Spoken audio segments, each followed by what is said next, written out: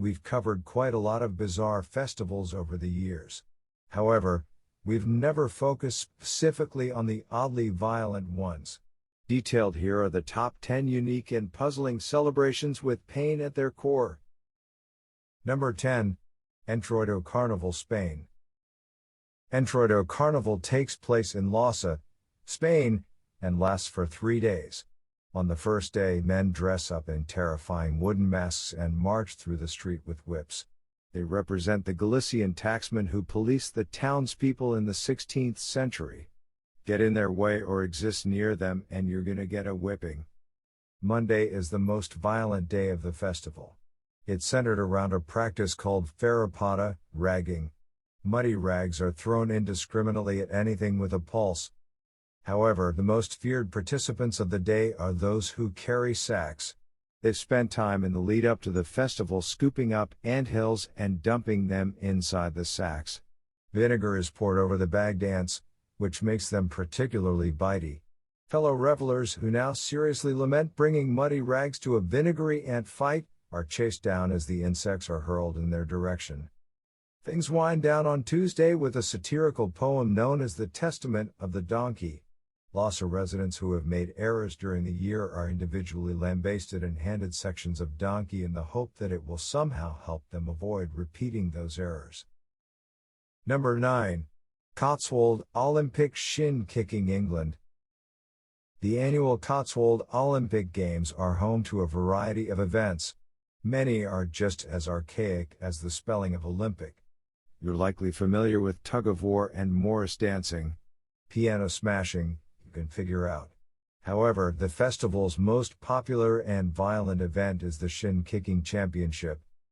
Matches are a one-on-one affair. Competitors place their hands on each other's shoulders.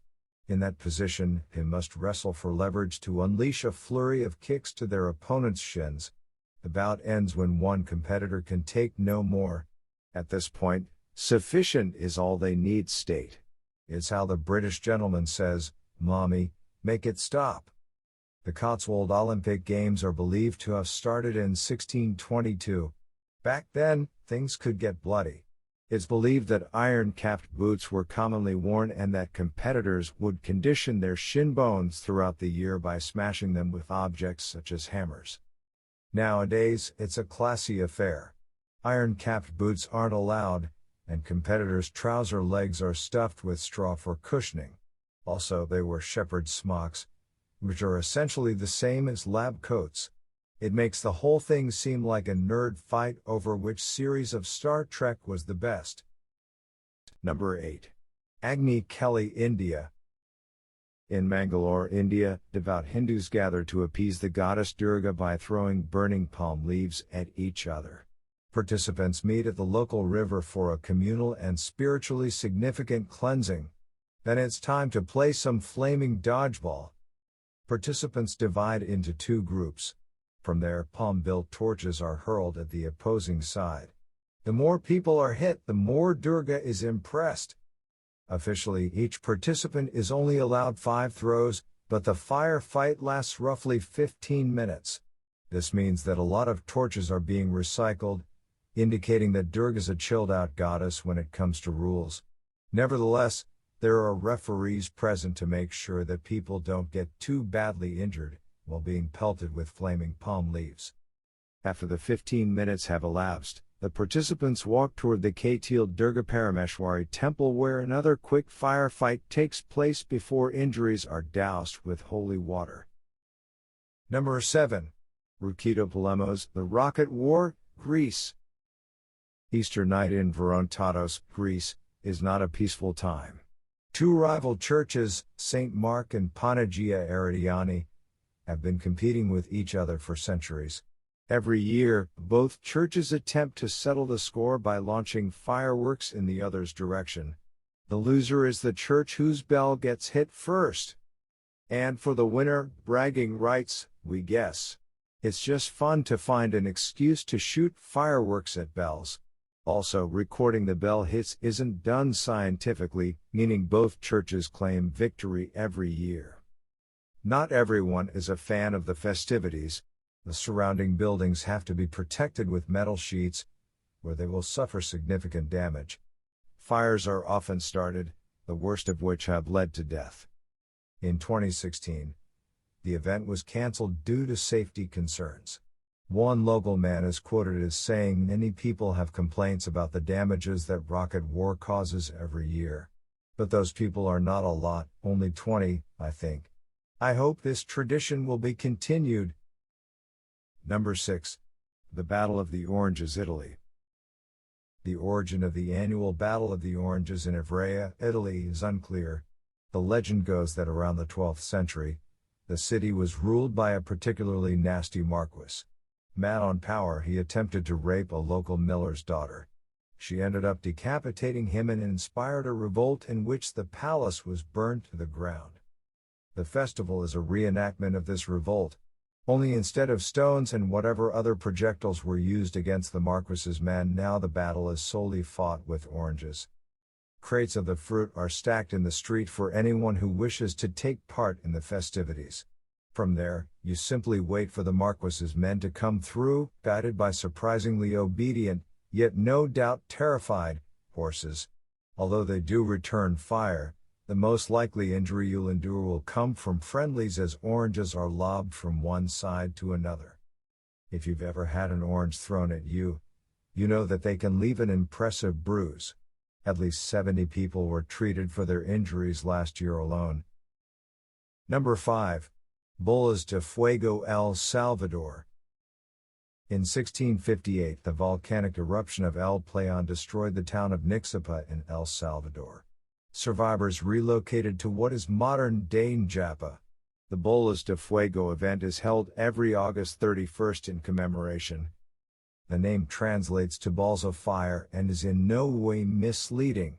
In the 3 months leading up to the event, participants construct over 1,500 apple-sized balls of kerosene-soaked cotton. They're also wrapped in wire. That way they don't lose their shape and can really smack into their targets. Amazed tourists hide behind their camera phones as the fireballs begin to sail through the night sky. Most participants' faces are also daubed with intimidating face paint, just in case the fireballs weren't enough to get your heart rate up. Although the footage of the 2-hour battle looks extreme, and the balls regularly stray into the crowd of spectators, serious injuries are surprisingly low. Number 4.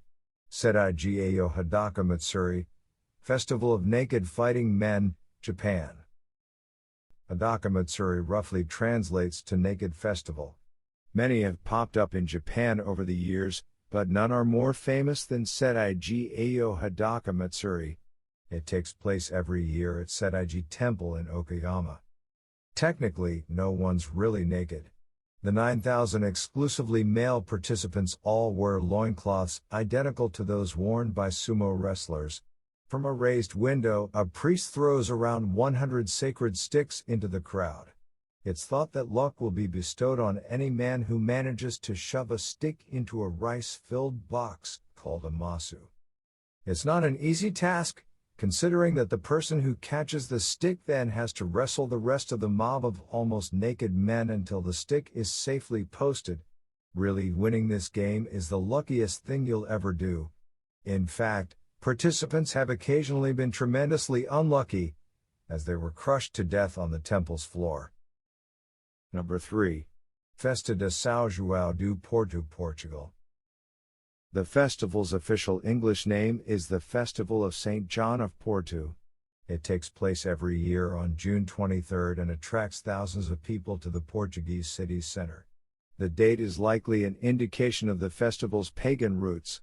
It's around the time of the harvest when many people would stock up on leeks and garlic. Leeks were also a symbol of fertility, owing in part to their somewhat phallic shape.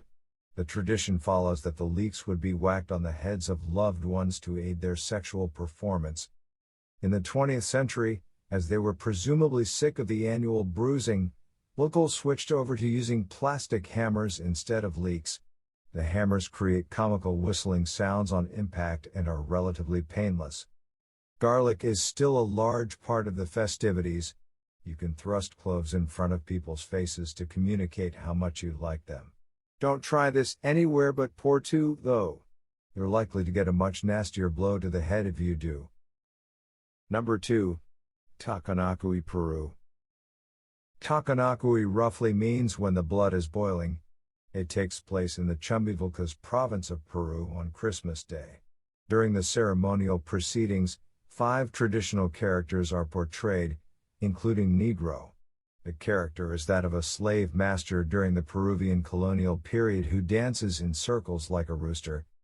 These rituals build nicely to the main event of the festivities, the fighting. The tiny province of Chumbivilcas, with a population of around 300, sees its greatest influx of tourists during the event. Over 3,000 people flock to see the face punching. Feuds that have developed over the year are settled here, and all are welcome to participate. It's not uncommon to see women and children take part, but it's mostly men. Fists are wrapped in cloths, and the contest ends when an opponent is knocked out or the referee intervenes.